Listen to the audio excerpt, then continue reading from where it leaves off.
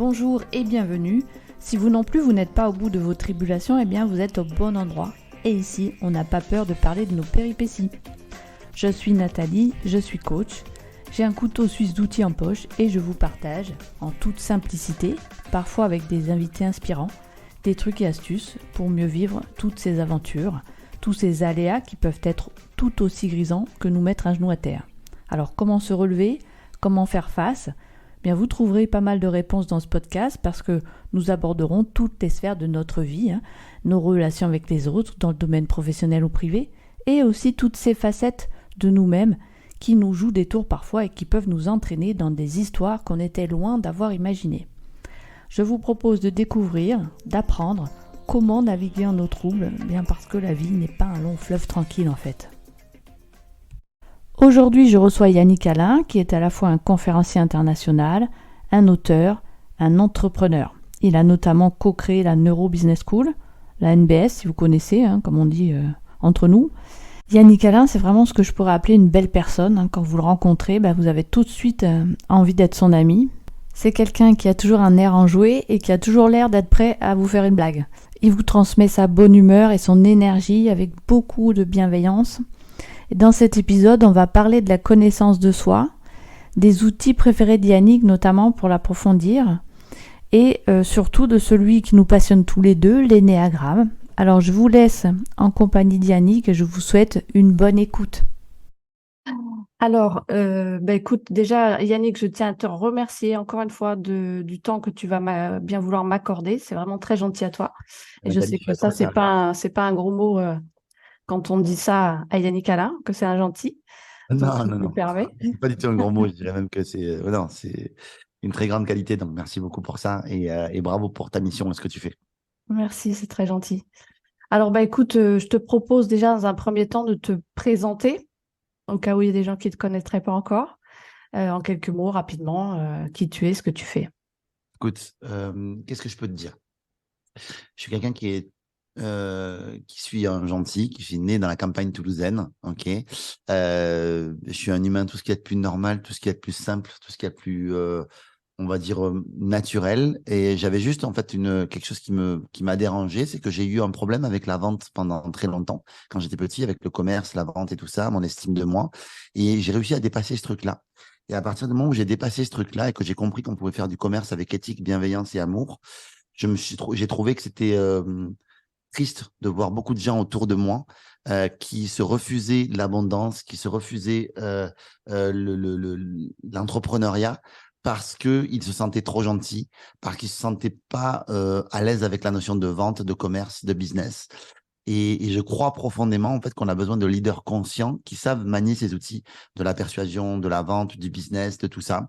Et donc du coup, je me suis fait un petit peu comme mission en fait d'évangéliser tous les gentils, toutes les personnes qui ont des belles valeurs, juste les personnes qui sont sensibles, les personnes qui ont du cœur, à s'ouvrir à cette notion d'abondance, d'argent et de commerce en général, en fait. Non pas pour devenir plus riche que les autres, mais juste pour montrer que déjà on peut en vivre pleinement et se libérer et s'émanciper. Mais au-delà de ça, c'est montrer l'exemple qu'il peut exister des leaders conscients, parce qu'il en existe trop peu, qui voilà, peuvent générer de l'abondance. Et au travers de ça, j'ai différents programmes de formation pour la prise de parole, par exemple, pour développer son business, pour apprendre à vendre, pour apprendre à réseauter, devenir un influenceur dans le bon sens du terme, j'entends, dans son milieu et devenir incontournable dans son milieu, ce qu'on peut appeler le networking ou le réseautage. Et donc voilà, et donc aujourd'hui, je chemine là-dedans. J'ai plusieurs formats par lesquels je me fais connaître. Je me suis fait connaître par les réseaux, je me suis fait connaître par les conférences. Je suis conférencier aussi depuis quelques années maintenant, une dizaine d'années. J'ai écrit un livre aussi qui s'appelle Les gentils aussi méritent de réussir. Et donc voilà où j'en suis pour me présenter rapidement. Après, c'est une présentation qui est très axée sur le monde professionnel parce que ça me passionne aussi. Mais voilà, à côté de ça, je reste un humain qui est gentil. Voilà, je crois, et qui reste dans cette valeur-là. Eh bien justement, merci pour cette transition. Je suis là pour toi. J'allais te demander si je te demande qui tu es, parce que là, tu viens de me présenter effectivement ton parcours professionnel plutôt, ton aspect pro. Et si je te demande qui tu es aujourd'hui, est-ce que tu sais qui tu es?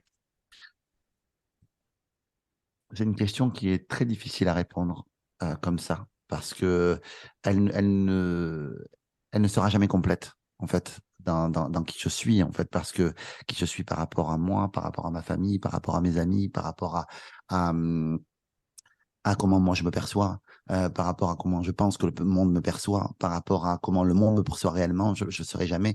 Donc, quoi qu'il en soit, ma réponse, elle passera par le filtre de ma personnalité, par le filtre de mon instant présent, par le filtre de ce que je vis.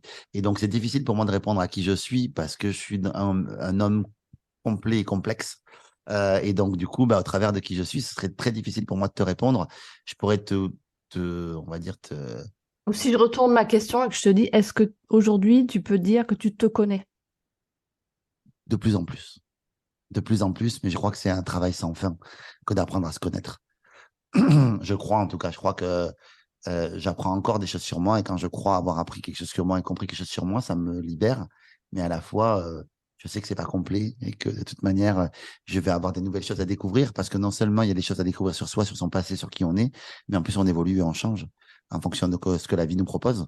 Donc, je suis en chemin en tout cas et j'aime, en tout cas, ce que je peux te dire, c'est que je ne sais pas si je me connais complètement, et je pense que non. La réponse est non. Par contre, j'adore le chemin de la connaissance de soi. J'adore ce chemin-là qui m'aide petit à petit à découvrir toutes les facettes de ma personnalité.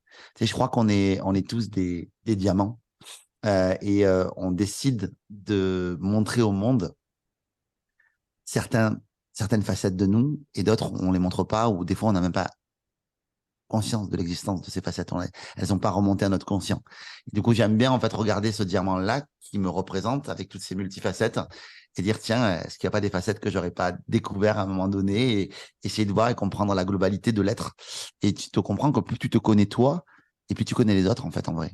Plus tu apprends à connaître les autres, plus tu apprends en fait à lire l'autre.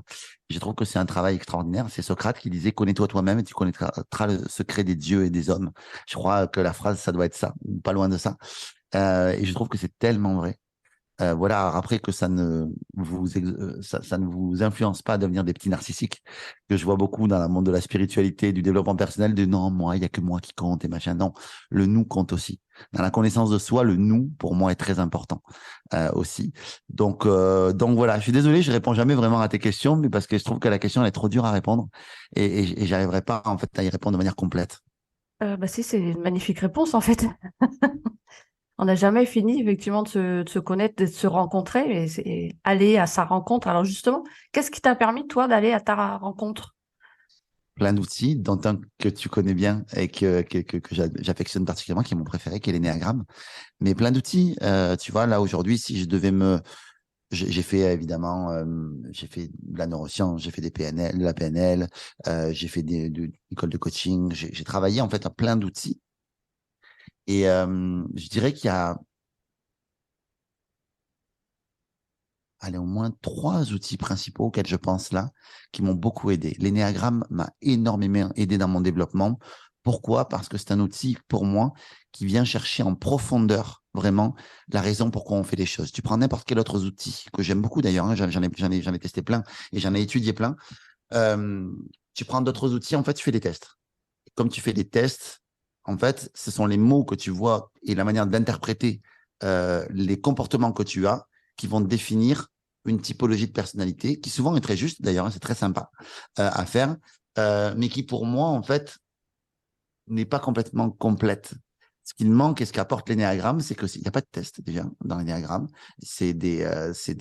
Un questionnement, un travail sur soi, un approfondissement de l'outil et se filer à l'outil pour essayer de comprendre, se trouver soi-même. Et c'est juste un canevas d'outils qui te permet en fait de comprendre quelle armure tu as revêtie pour affronter le monde et quel ego en fait ta personnalité a voulu mettre et quel costume ta personnalité a voulu mettre pour affronter le monde par rapport à certaines blessures sur lesquelles tu t'es fixé.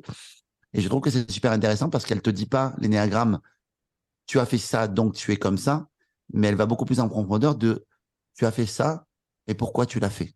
Si par exemple, je prends l'exemple d'un gamin qui il joue au foot, il perd, il se met à exploser et à râler, tu pourrais avoir des interprétations du genre est-ce que tu as râlé parce que tu as l'impression que l'équipe a perdu à cause de toi et tu as perdu à cause de et donc du coup tu as honte tu as honte de ça? Est-ce que tu râles parce que tu as estimé que tu n'as pas fait ce qu'il fallait, que tu n'as pas fait exactement ce qu'il fallait et que du coup, tu te mets en colère après toi-même? Est-ce que tu râles parce que tu penses qu'il y a eu une injustice et que l'arbitre a mal arbitré, que tes collègues ont mal joué et que du coup, c'est ça? Euh, voilà, il y a de multiples manières d'interpréter ce comportement-là. Et l'énéagramme, justement, s'intéresse à ce pourquoi-là.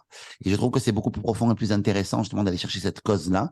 Voilà, après, l'énéagramme m'a énormément aidé à mieux me connaître moi-même, évidemment, à être humble vis-à-vis de moi, à me confronter aussi, parce que c'est un outil qui est très confrontant aussi, l'énéagramme, et à la fois à aller un petit peu plus tutoyer et accepter mes zones d'ombre que je cherchais à cacher. Une zone d'ombre, c'est pas forcément quelque chose de mauvais, mais c'est quelque chose en tout cas qu'on cherche à cacher. Donc quelque chose dont on a peut-être honte ou quelque chose qu'on ne veut pas révéler au monde parce qu'on pense que c'est pas correct, que c'est pas vertueux, que c'est pas tout ça. Et quand tu comprends l'énéagramme, tu comprends que tu es câblé d'une certaine manière, que c'est lié à une blessure, que c'est lié à et moi je trouve que ça t'aide en fait à te donner plus d'amour de toi. Et ça t'aide en fait à donner plus d'amour aux autres quand tu sais qu'ils sont pas câblés comme toi. C'est pas facile parce que des fois c'est des valeurs qui s'entrechoquent, qui sont pas simples. Mais je trouve en tout cas que c'est un outil qui est très tourné vers l'amour et qui me plaît énormément pour ça. Voilà pour en tout cas l'intro sur l'énéagramme. Après j'aime beaucoup la process communication Mhm. aussi. C'est un outil Ça que j'aime parle un bien. peu. Pardon?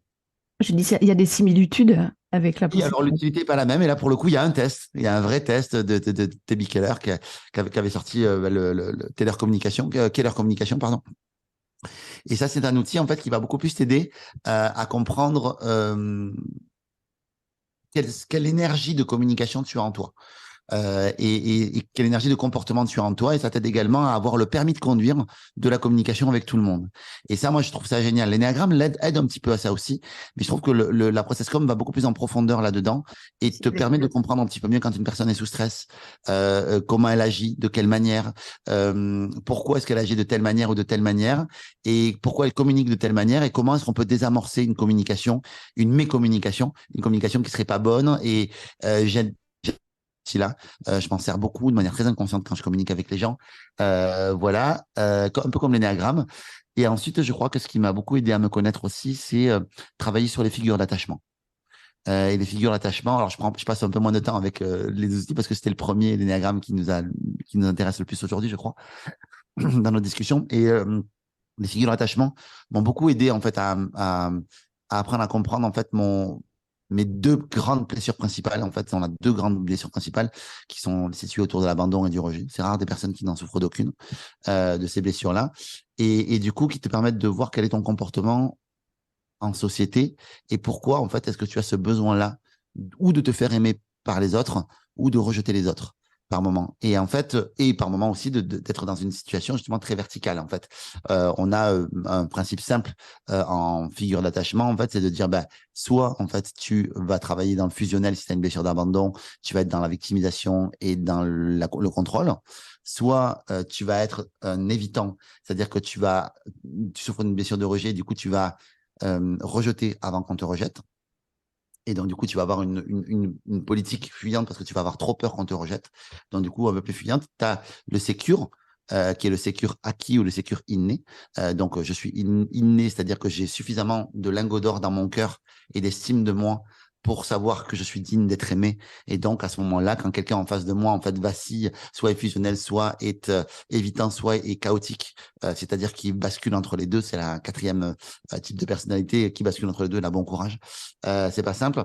Eh bien, en fait, toi, tu es suffisamment solide et on a mis suffisamment de lingots d'or dans ton cœur. Tes parents ont suffisamment bien travaillé et tes figures d'attachement ont suffisamment bien travaillé pour te donner confiance en toi, te donner une belle estime de toi et savoir que tu es digne d'être aimé.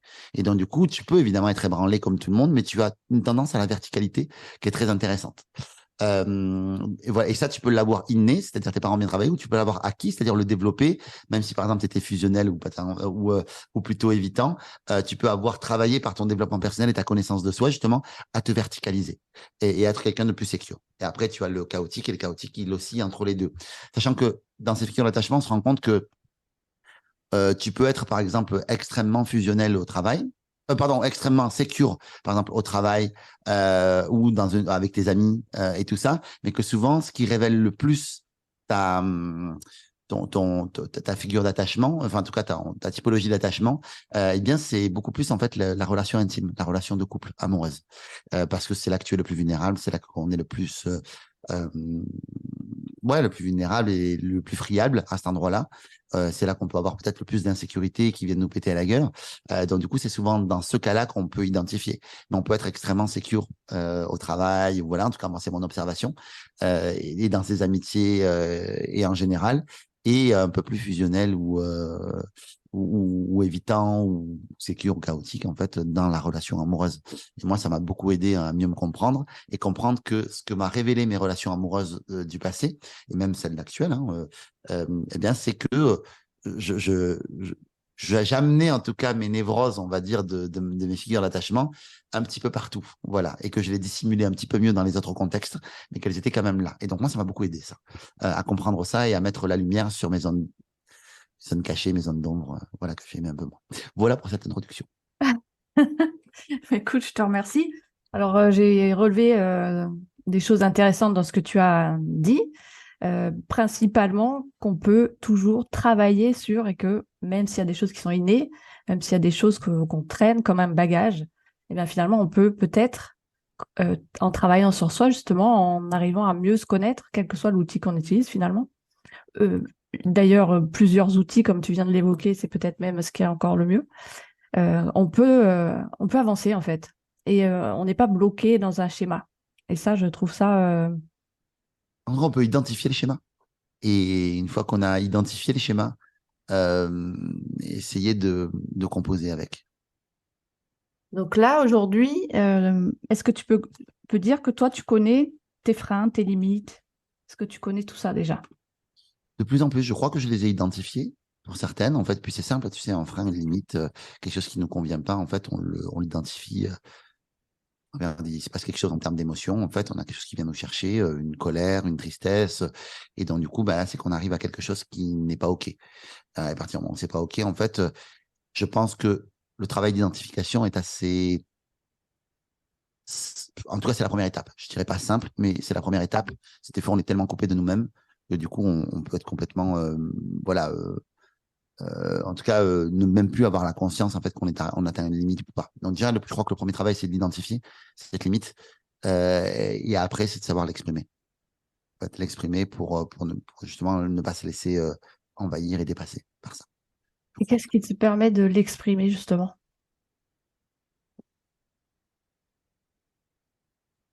Je crois que ce qui permet d'exprimer ça, c'est une sincérité avec soi-même et une sincérité que l'on veut avec l'autre. Et une honnêteté aussi de dire les choses à l'autre, malgré le fait que peut-être on n'est pas spécialement outillé toujours et on n'a pas toujours l'état émotionnel prêt pour le dire de manière intelligente, on va dire. Eh ben c'est OK. Faut quand même le dire. Parce que ce qui est important, c'est aussi d'exprimer sa limite, quitte à ce qu'on s'excuse après, si on l'a mal dit, on l'a mal exprimé, mais en tout cas, l'alerte était toujours bonne. L'émotion en soi, elle est toujours bonne. Elle est toujours euh, juste, en tout cas. Peut-être pas bonne, mais en tout cas juste, parce qu'elle peut être agréable ou désagréable. Mais en tout cas, elle est toujours juste, l'émotion. C'est ce qu'on fait derrière de l'émotion qui peut, pour moi, en fait, changer la face de ce qui se passe, en fait, dans la relation. Donc, bah, si, admettons, on exprime sa limite, eh bien, des fois, on va l'exprimer, comme je te le dis, de manière un peu tordue, qui fait que ça va encore plus vexer l'autre. Et du coup, on peut rentrer dans une espèce de cercle vicieux un peu compliqué. Je pense que ça demande en fait de pouvoir exprimer sa limite, pouvoir accepter l'idée qu'on l'exprime peut-être pas forcément bien, cette limite, et s'excuser peut-être sur la forme dans laquelle on l'a exprimée, mais exprimer quand même toujours, mais jamais exprimer pour moi, de regret quant à avoir exprimé sa limite. Tu vois, je sais pas si je suis clair dans ma limite, oui, dans ma limite, dans mon explication, mais c'est-à-dire que il y a un truc qui arrive, faut dire stop. Si tu dis bah stop, en fait, ça réarrive tout le temps, en fait, jusqu'à ce que tu dis stop. Donc faut savoir dire stop. Maintenant, c'est le comment tu dis stop. Des fois, il est maladroit parce que l'émotion est là et c'est OK. Et si tu le dis mal, ça veut pas dire que l'émotion derrière, en fait, était mauvaise. Ça veut juste dire que je l'ai mal dit, je te l'ai mal exprimé, je suis désolé pour ça. Et sache que derrière, la blessure était réelle. Et je crois que c'est cette nuance, en fait, qui est importante, qu'il est important de faire, en fait, quand on exprime sa limite. Exprimer sa limite, en fait, on peut le faire quand on se connaît un petit peu. Est-ce que Évidemment, évidemment, c'est ce que je te disais par rapport pour moi à l'identification. Tu sais, apprendre à l'identifier, quoi. Des fois, si tu te connais pas, effectivement, tu peux pas l'identifier. c'est plus Mais déjà, je compliqué? trouve que le radar, tu vois, de l'émotion, il est intéressant. Tu vois, le radar de l'émotion, il est intéressant. Quand on ressent qu'il y a un truc qui nous envahit ou quelque chose qui ne va pas, en fait, juste avoir ce radar-là et savoir être comment dire, attentif à ça, je trouve que c'est intéressant. À s'observer, en fait, quand on ressent l'émotion pour savoir ce qui se passe. C'est intéressant déjà. S'observer, intéressant ça. Et Ouais, ouais, justement, ouais. qu'est-ce que tu remarques, toi, chez les gens d'une manière générale? Qu'est-ce qui te saute aux yeux? Qu'est-ce qui... Ouais, moi, ce que je vois, c'est souvent des. Alors, chez les gens en général, c'est que de la gestion émotionnelle. Alors, je sais que ce mot, on n'aime pas ce mot gestion émotionnelle dans la mesure où on a l'impression que je parle pas de contrôle émotionnel, je parle de gestion émotionnelle. Et pour moi, ce mot est juste dans le sens où tu as une émotion qui arrive, elle arrive et tu dois la gérer. Et si tu la gères, en fait, tu fais quoi? C'est-à-dire que cette émotion de colère arrive, qu'est-ce que tu fais avec? Soit tu la refoules. Pour moi, c'est une gestion particulière de faire, mais en tout cas, ça peut t'amener plein de choses qui peuvent pas être cool. Soit tu l'exprimes, mais de manière extrêmement violente. Donc, tu peux être agressif, tu peux insulter, il y a plein de choses, en tout cas, que tu peux faire à la colère.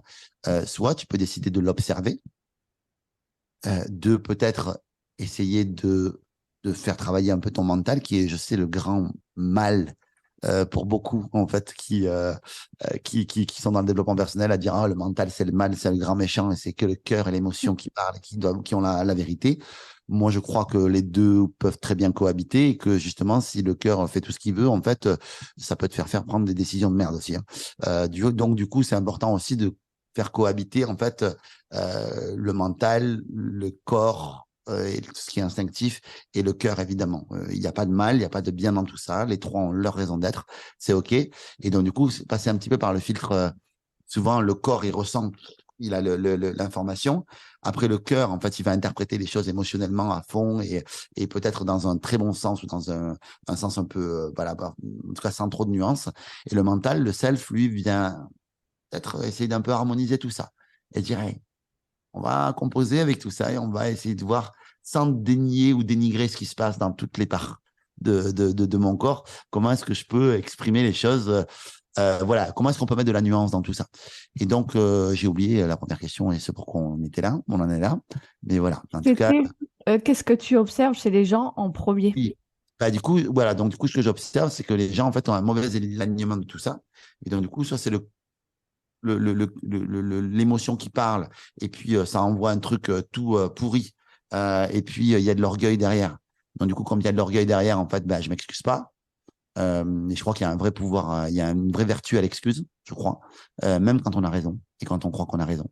Voilà, je peux m'exprimer là-dessus si tu veux, mais en tout cas, je crois que même quand on croit qu'on a raison, on se doit de s'excuser quand on a fait mal à l'autre sur plein de raisons, parce qu'il y a la raison profonde qui nous a blessés et il y a la manière dont on dit les choses. Et quand on dit les choses d'une certaine manière, bah, voilà, je trouve que des fois, en fait, on peut être très maladroit et blesser encore plus l'autre parce que dans notre manière d'exprimer, on cherche parfois à blesser l'autre comme on s'est senti blessé. Et c'est jamais quelque chose de très intelligent que de faire ça pour moi. C'est pas une manière intelligente. Des fois, c'est pas possible de le faire sur le coup. Je le sais, je le comprends, je le vis aussi. Je l'ai vécu encore début de semaine. Je comprends. Je m'agace. Et puis en plus, moi, je m'énerve en mode de développement personnel. C'est-à-dire que je m'énerve, tu vois, je suis vexé, je suis machin. Je vais dire oui, ça va, c'est cool, ça va. D'ailleurs, c'est comme ça. Je sais OK. Et du coup, après, je vais dire et exprimer les choses. Mais par moments, je vais balancer des petites saloperies, tu vois, des petites merdes, en fait, pour tiens, et, Ça tu t'apprendra. vois, voilà. Et ça, c'est une des manières les plus malhonnêtes, je crois, que j'ai d'agir quand je suis comme ça. Et donc, ce que j'essaie de faire, c'est de sortir de mon orgueil. J'ai de la fierté et j'essaie de sortir de mon orgueil. Fierté, orgueil. Je dis souvent que la fierté te rapproche de toi-même, là où l'orgueil t'éloigne des autres. C'est-à-dire que la fierté, c'est important de se sentir fier, c'est important de se donner des médailles, c'est important d'être là-dedans, c'est OK. Maintenant, l'orgueil, pour moi, c'est autre chose, en fait. Euh, c'est je devrais m'excuser, mais je m'excuse pas. Ouais, j'ai de la fierté parce que non, non, c'est pas que tu as un problème, en fait. tu t'excuses, tu devrais t'excuser, en fait, parce que l'autre est blessé de quelque chose. Et a priori, une de tes actions a amené cette personne à être vexée. Donc, peu importe si au début et au départ, tu penses que tu as raison, je pense que tu dois t'excuser au moins sur la forme, de la manière dont tu as dit les choses. Et peut-être même que tu pourrais te rendre compte que l'intention de l'autre n'était pas de te blesser quand il t'a parlé, quand il t'a dit ça, et c'était tout à fait autre chose. Et peut-être que l'autre a été maladroit. Et est-ce que ça t'arrive jamais, toi, d'être maladroit? La preuve, là, oui. Donc, juste fais preuve de compassion plutôt que d'orgueil, je crois. En tout cas, que c'est quelque chose, en fait, auquel j'essaie de m'évertuer à faire. C'est pas facile à faire. Parce que des fois, t'as pas envie, puisque tu estimes que tu as raison. Et à la fois, tu as raison que pour toi. Parce que pour moi, la vérité n'existe pas. Ah, c'est Euh, intéressant. la réalité n'existe pas et la vérité n'existe pas. J'ai ma réalité, tu as ta réalité. Et on le voit quand tu as une enquête qui se fait, tu écoutes 10 témoins, les 10 témoins te disent des trucs complètement différents. C'est-à-dire qu'eux, ils ont vécu une réalité complètement différente. J'écoutais l'autre jour Barack Obama et Michelle Obama, en fait, et donc Michelle faisait la promotion de son livre, était lancé en grande pompe, elle a vendu des millions, c'est super. Et donc, il y avait Barack et elle, ils étaient sur scène. Et Barack, en fait, dit à Michel, ouais, mais ça s'est pas passé comme ça. Il dit, moi, ça m'a blessé quand tu as dit ça parce que ça s'est pas passé comme ça. Et elle y a répondu un truc très juste. Il a dit, c'est ma vérité. Il dit, ne viens pas faire chier ma vérité. Écris ton livre, si tu veux. Mais voilà, et j'ai trouvé ça rigolo, en fait, qu'elle dise ça à Barack, qui est quand même un mec hyper intelligent, quand même. Quoi qu'on en dise, on n'aime pas, hein, mais c'est quand même un homme, un homme puissant et un homme qui a. Et donc, elle dit, c'est ma vérité. C'est ma vérité. Donc voilà. Et en tant que tel, elle ne peut pas être contestée à l'endroit d'où je suis. Elle peut être contestée dans la manière dont je l'ai observée par les autres. Mais après, voilà. Tu sais, mon ex-petite amie, Isa, hier, donc, qui était en fauteuil roulant. Donc, pour la petite histoire, j'étais avec une petite amie pendant 16 ans. On est resté ensemble 4 ans. Et au bout de 4 ans, elle a eu un accident qui l'a rendu tétraplégique. Donc, handicapé lourd. Et moi, pendant les 12 années qui ont suivi, je l'ai accompagnée là-dedans et je suis devenu non plus le petit ami au bout d'un moment, mais un peu l'infirmier, celui qui supportait tout ça. Bien, elle me supportait aussi, elle m'aidait énormément. Elle était très, très aidante sur plein d'aspects. Et donc voilà, et donc bon, bah, elle a jamais été dans le monde digital trop, et elle aimait pas ce milieu-là, mais elle a travaillé en fait pour quelqu'un qui voilà, qui était un de mes amis en fait, et qui bah, voilà, quand moi je me suis séparé en fait, l'a embauché pour faire quelques missions. Et là, j'ai vu une vidéo qu'elle a fait hier, c'est pas vieux en fait, une vidéo hier où elle disait dans cette vidéo qu'en gros les femmes avaient été habituées à prendre soin des hommes, qu'elle s'était perdue en fait à prendre soin des hommes, et que voilà. Et donc je me suis senti un peu visé là-dedans, tu vois, et je me suis dit dans ma tête, t'as pas mal au cul quand même de dire ce que tu dis là. Si tu me vises à moi, ça m'a mis en colère. En fait. Je me suis dit putain, je dis tiens, moi, enfin tu vois, je veux dire, tu sais, la phrase à la con de après tout ce que j'ai fait pour toi, après Mhm. tout ce que j'ai fait pour nous, qui est une phrase de merde, hein. Ok. Et je me suis dit bah écoute, je me suis dit voilà. Et puis après je me suis ressaisi, tu vois, et je me suis dit mais je me suis dit, en fait, c'est sa vérité. Et c'est comme ça. Et ça a toujours été le cas avec Issa.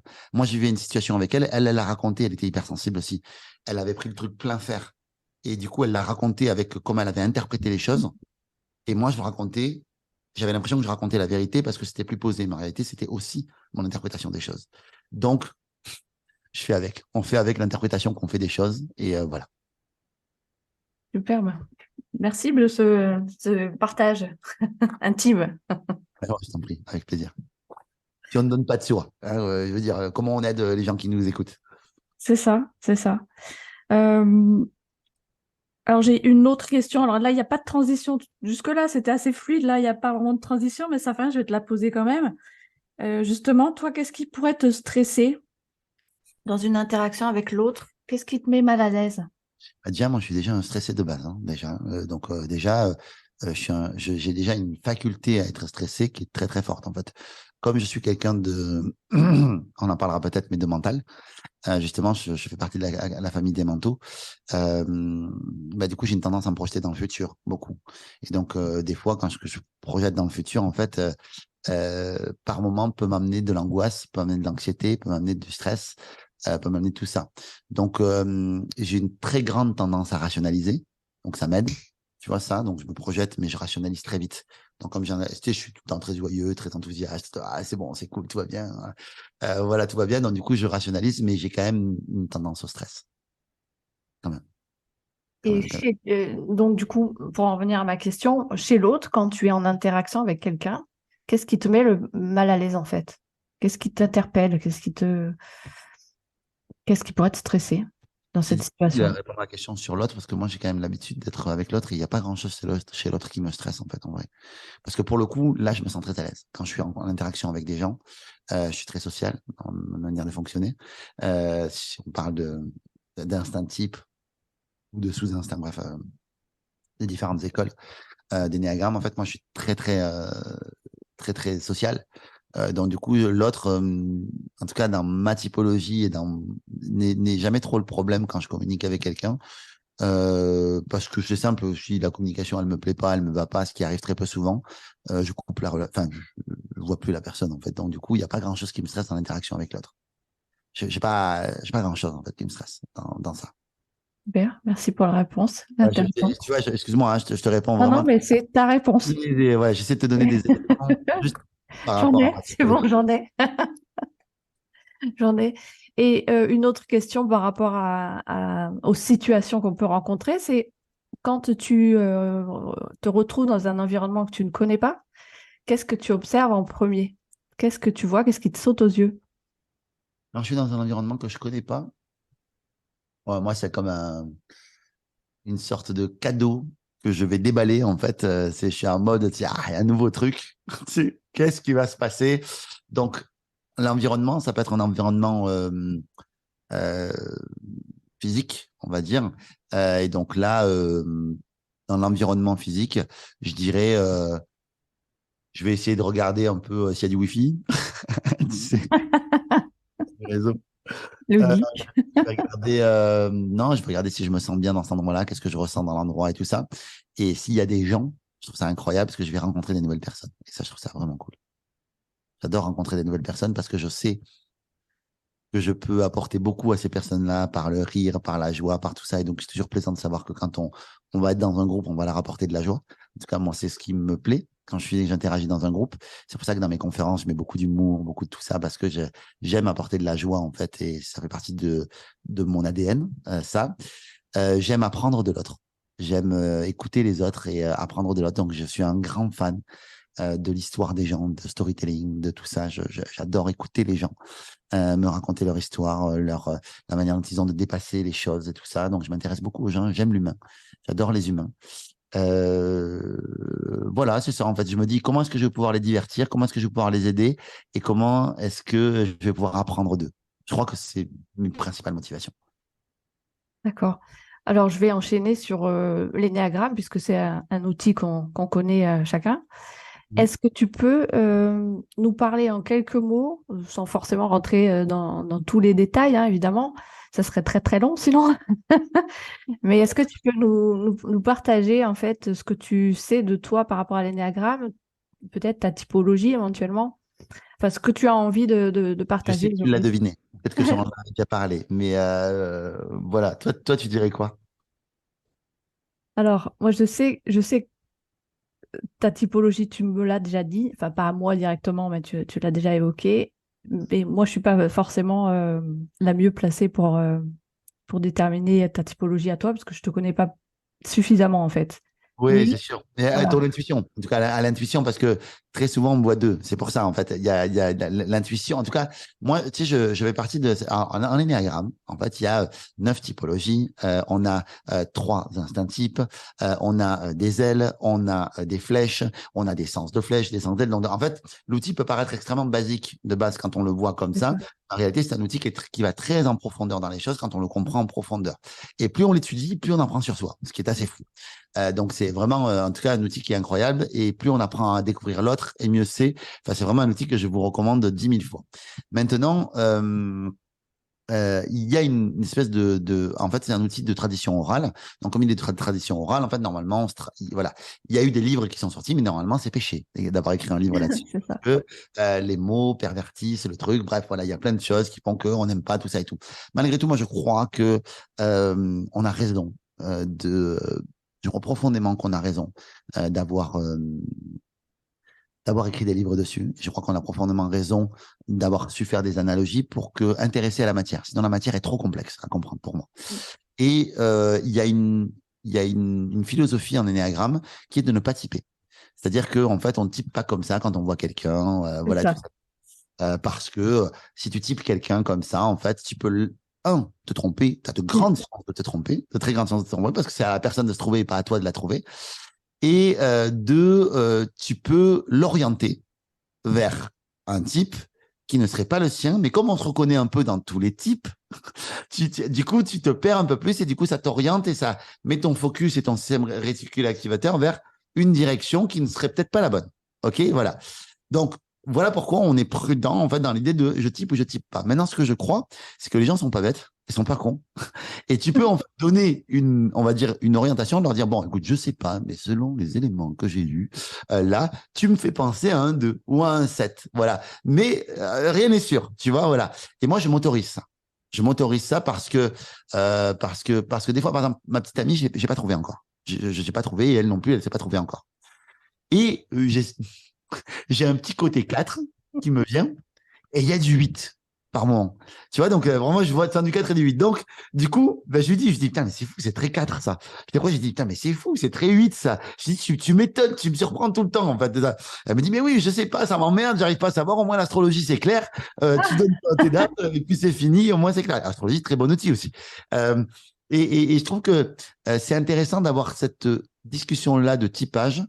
Voilà, et non pas quand on connaît un peu l'énéagramme, dire non, je te dis pas, c'est à toi de te trouver, c'est tout, parce que c'est super frustrant et ça n'aide pas les gens à se trouver, je trouve. Je trouve que si on met le cadre correct, on va dire derrière, et que on amène ça, on peut amener du doute raisonnable dans tout, en fait. C'est-à-dire dire, ah, putain, c'est pas, je te bénis, tu es 4. C'est pas ça l'idée. L'idée, c'est de dire, ça me fait penser à du 4, ça. Ou c'est fou, ça me fait penser à du 7. Putain, mais il y a du 8 aussi. Bon, on a tout en nous, tu vois. On sait qu'on est plein d'aspérité, on est plein de choses, on a une évolution particulière, on a tout ça. Mais j'aime bien, en tout cas, cette idée-là de chercher avec l'autre. Voilà. Et d'être dans une logique d'acceptation et d'orientation intelligente et en mettant le doute critique, logique derrière, en fait. Parce que souvent, les gens qui typent pas, excuse-moi, c'est mon côté gilet jaune qui m'agace un peu. Parce qu'il y a des gens, c'est des malades, en fait, c'est des fous. OK, il y a des mecs, tu te dis, mais tu parles d'énéagramme, tu parles d'un outil de personnalité, ça va, tu vas pas tuer la personne. OK, si tu lui donnes une orientation, c'est la personne, elle est frustrée. D'accord? Détends-toi. Ça va bien se passer. Ton corps t'appartient. D'accord? Et souvent, d'ailleurs, c'est des typologies très particulières qui sont très engagées là-dedans. Donc voilà, tout ça pour te dire que je n'aime pas, en tout cas, autour de l'énéagramme, le dogme qu'il y a autour et cette espèce de bataille qui se mène autour de l'énéagramme, parce que je trouve que l'outil à la base, c'est l'ouverture. C'est pas se fermer les uns contre les autres, quoi. Donc, OK, donc voilà. Donc, c'est juste ça que je voulais dire. Donc, c'était pour ça que tu avais toute autorisation pour me typer tel que tu le sentais toi, tout en étant, on va dire, tout en te plantant peut-être. Et c'est OK, moi, je me plante tout le temps dans les typages. Et c'est OK. Et souvent, d'ailleurs. Alors moi, j'ai la prétention de pas souvent me tromper. Voilà. Oh, la bourgeoise. Oh là là, la T'as vu? prétentieuse. Voilà, je me suis approprié l'outil. Non, je plaisante évidemment. Alors, je suis tout à fait d'accord avec toi dans le fait d'accompagner les gens dans leur découverte et de les orienter. Évidemment, en plus, on étudie des comportements, on est face à la personne et la personne, elle nous dit des choses. Et alors, moi, ce que je fais, c'est que je dis, voilà, dans cette situation-là, vous fonctionnez dans telle typologie. Ça ne veut pas dire que c'est la vôtre forcément là, aujourd'hui, mais en tout cas, de ce que vous me dites, c'est ça que vous avez utilisé. Et au fur et à mesure, on va s'apercevoir que de plus en plus, la personne, elle va on va trouver qu'il y a vraiment des similitudes et des comportements qui se répètent et que c'est toujours la même typologie. Tu fais ça en one-to-one? Oui, je fais ça en one-to-one Tu et accompagnes en one-to-one en énéagramme?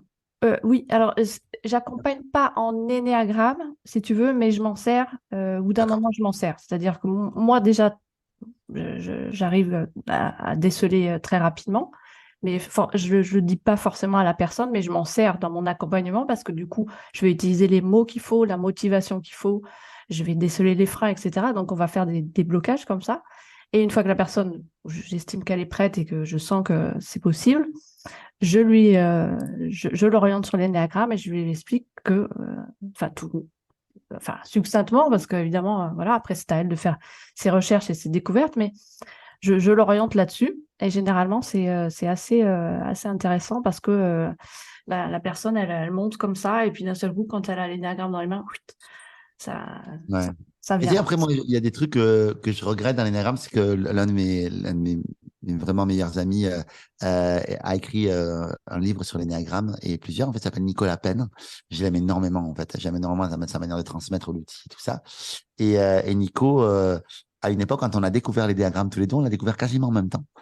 C'était une amie, Flore, que je salue d'ailleurs, Flore Sagne, que je salue, qui m'avait offert un livre sur les diagrammes. Et du coup, je me suis mis à lire ce bouquin-là, mais longtemps après, hein, genre un an après. Et je Oui, trouvais que c'était hyper puissant, hyper ultra puissant. Et du coup, avec Nico, on s'est mis à le creuser. Et la meilleure manière qu'on a eu d'apprendre les diagrammes, c'est d'échanger entre nous. Ah, j'ai lu un truc comme ça. Tiens, j'ai remarqué que les 8, par moment, il y avait telle chose et tout. T'as remarqué ce truc-là? Ah ouais, j'ai remarqué ça. Et du coup, on a construit, on va dire, notre savoir, en fait, au travers d'échanges entre nous et de pratiques, surtout de pratiques de l'énéagramme où on s'amusait à typer des gens et c'était super rigolo, on se challengeait entre nous. J'aimais en fait ce côté-là. Et du coup, je me rends compte que maintenant, je le pratique beaucoup moins, tu vois. Ben, par moment, je le perds. Tu sais, tu perds un petit peu comme une langue, tu sais. Tu perds, tu te dis, ah putain, le 7, c'était quoi déjà? Ah putain, la compétition. Ah oui. Ah putain, oui, d'accord, ok. Et tu vois, on va amener en fait les choses différemment. Et je trouve qu'il devrait y avoir beaucoup plus de groupes de discussion d'énéagramme. Sauf que les gens, ils savent pas avoir des groupes de discussion sans se prendre la gueule. Donc, bon, ça, c'est c'est chiant. ça, c'est ça. C'est que Effectivement, je pense chacun a envie d'avoir raison en plus, donc c'est un peu compliqué. c'est pénible. Donc, voilà. Mais je sais plus où on en était, mais voilà. Ben alors, pour répondre à ta question, moi, ce que je vois en toi, c'est un bon 6. D'accord? Un bon 6 avec effectivement une aile très développée en 7. Alors, je vais faire très basique, hein, pour l'explication. Ouais, bien sûr, vas-y, vas-y, je t'en prie. Donc, le 6, on va dire un mot, c'est le loyal, celui qui justement est loyal à sa communauté. Tu parlais de social. Je sais que, enfin bon, je ne rentre pas dans les détails. Et le 7, c'est C'est celui bon, qui va être. sérieusement, j'adore Ah t'écouter. ouais, oui, là, c'est. Le 7, c'est celui euh, qui va aimer, comment dire. En fait, j'ai du mal à l'exprimer simplement. Ouais, c'est dur, hein. C'est dur d'exprimer simplement, mais si on veut le vulgariser, en tout cas, le 7, en tout cas pour moi, en tout cas, le 7, ça va être celui euh, qui est très souvent enthousiaste dans sa manière, en tout cas, de voir la vie et tout ça.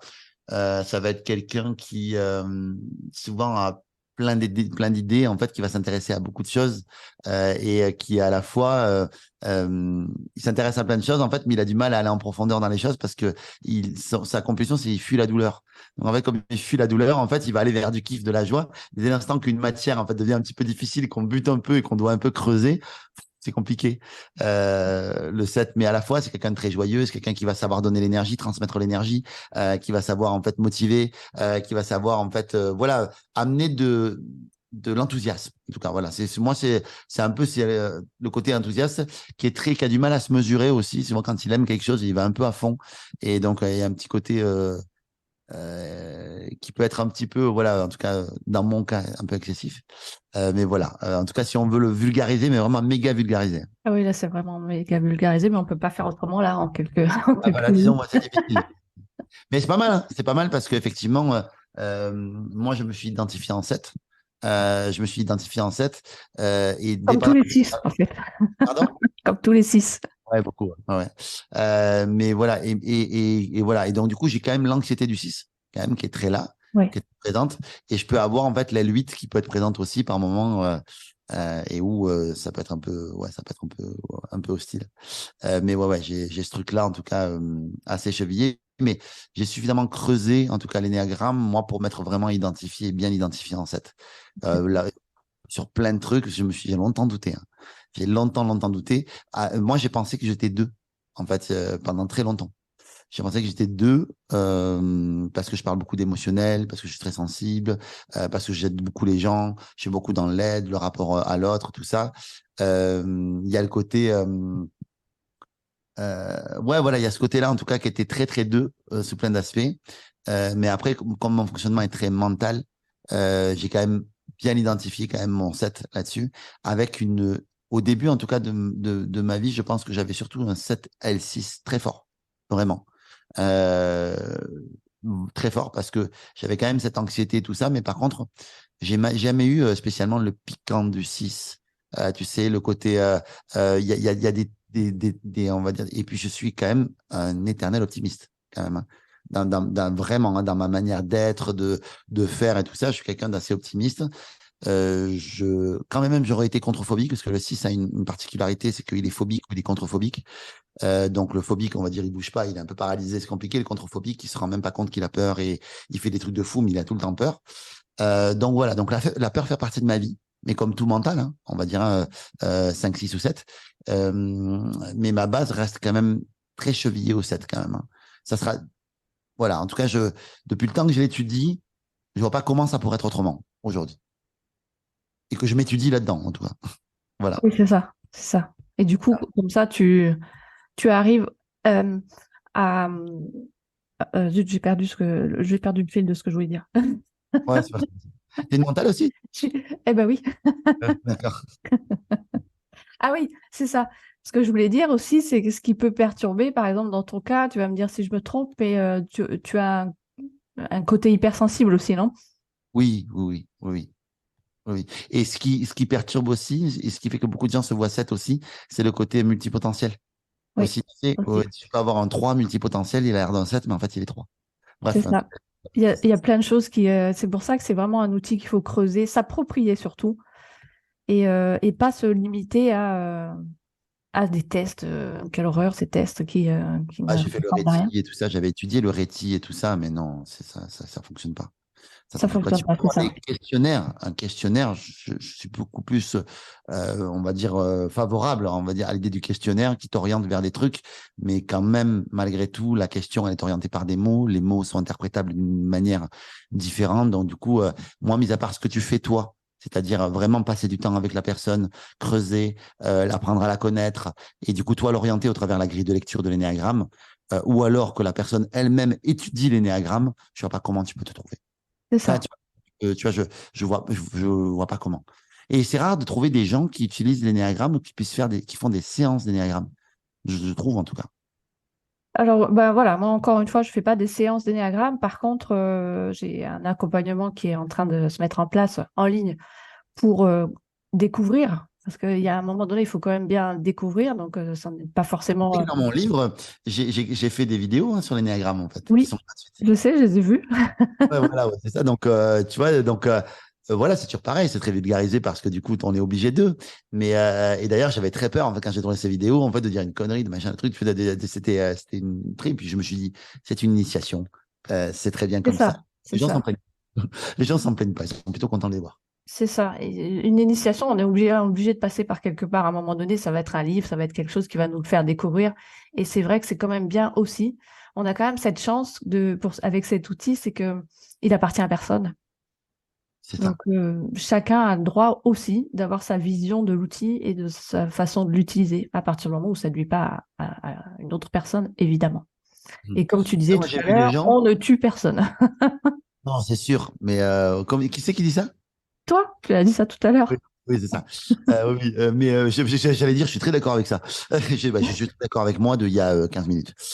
Donc, oui, oui, ouais, c'est ça. C'est ça après, mais quand même, tu as des gens quand même qui ont tordu l'énéagramme d'une manière. Tu te dis, putain, qui font des tests sur Internet et tout. Moi, je me dis, mon Dieu, putain, voilà. Moi, en fait, la seule chose qui peut me déranger dans l'énéagramme, c'est quand l'enseignement de la personne coupe de notre enseignement ou enferme l'enseignement, en fait. Et du coup, c'est ça qui me dérange, en fait, Ah oui, parce que c'est tout le contraire c'est tout le contraire de la de philosophie. ton plan, en fait. C'est Oui, une philosophie exactement. d'ouverture, pour moi, l'énéagramme. Et non pas de fermeture. Mais voilà, Ouais. mais il y a quand même des gens qui sont très militants dans Oui. l'énéagramme. Oui, oui, oui, tout à fait. Ben, comme dans à peu près tout, en fait. Mais bon, voilà. Bah écoute, justement, puisqu'on parle de fermeture, à un moment donné, il va falloir qu'on se quitte. Je vais te laisser vaquer à tes occupations. Et Merci. est-ce que tu peux me dire aujourd'hui, en quelques mots, Où est-ce que tu en es, toi, dans ton développement personnel? Et est-ce que c'est corrélé directement avec la connaissance de soi ou pas? Oh, complètement, c'est complètement corrélé. On est dans la corrélation totale. Euh, où j'en suis? Si, par exemple, je te donnais l'échelle, la fameuse échelle de 1 à 10, 1 étant rien du tout, Ah, quand c'est même. la Je sais pas, cata, je me mettrais à 6, 7. Allez, 7. Eh. comme par hasard. Pourquoi pas, comme de par hasard. Voilà. Moi, je me dirais, je suis à 7. C'est-à-dire que je suis quand même pas quelqu'un qui se connaît pas du tout. Je me connais quand même un minimum. Donc, je pense que j'ai baissé la barre des 5. Et quand même, je crois que je suis suffisamment honnête avec moi-même pour savoir que je me voile pas trop la face et que je suis assez humble par rapport à qui je suis et ce que je pense être. Donc, du coup, voilà, je chemine doucement. Voilà, je chemine doucement. Mais je pense que mon dernier 30%, on va dire mon dernier 8, 9, 10, il va prendre toute une vie, tu vois, vraiment. Bah, c'est Je bien. pense que je comprends les grands principes mais de ma personnalité, de qui je suis. Mais voilà, ça évolue. Et puis, voilà.